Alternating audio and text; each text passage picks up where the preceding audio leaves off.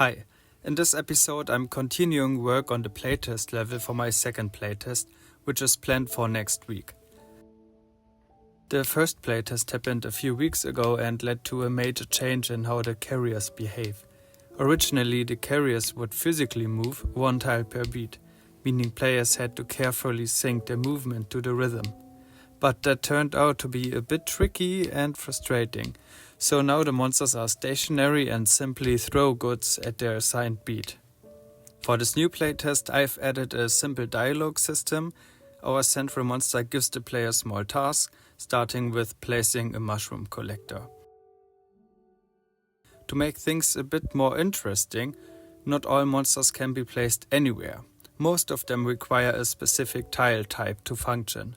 For example, the mushroom collector needs to be placed on a mushroom tile. To make that work, I use custom data in the tile map and flag the mushroom tiles with a boolean. Then I check whether the player is hovering over a valid tile and only allow placement if the tile is suitable. To give a clearer feedback, I tint the monsters red if the spot isn't valid. I also added an error sound when the player tries to place a monster somewhere it doesn't belong.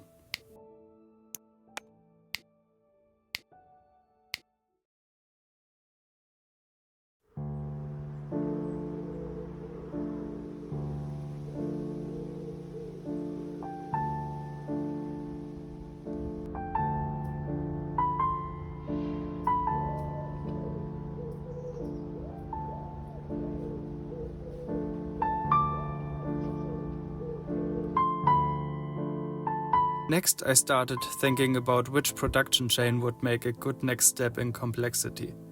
I decided to add a new type of monster, the worm cooker. It needs both worms and water to produce food for the center. That means I needed two new tile types, one for worm sources, where players can place worm catchers, and one for hot lava stones, which monsters can use to cook. In my head canon I find fire unnecessary and too bright. Before using these tiles, I had to update the worm catcher and water collector. I'd implemented them earlier, but they were still missing some basic functionality. Also, the worm catcher was still sharing its sprite with the mushroom picker, so I fixed that. Now those tile types and rules are in place.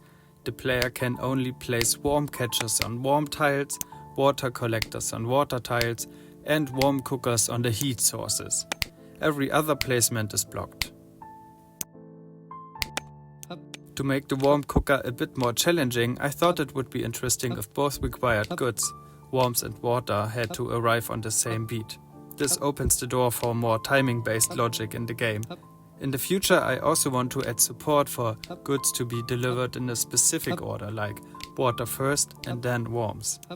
At the moment, each monster already uses an array for incoming goods, but I haven't implemented logic to check whether all required goods are present.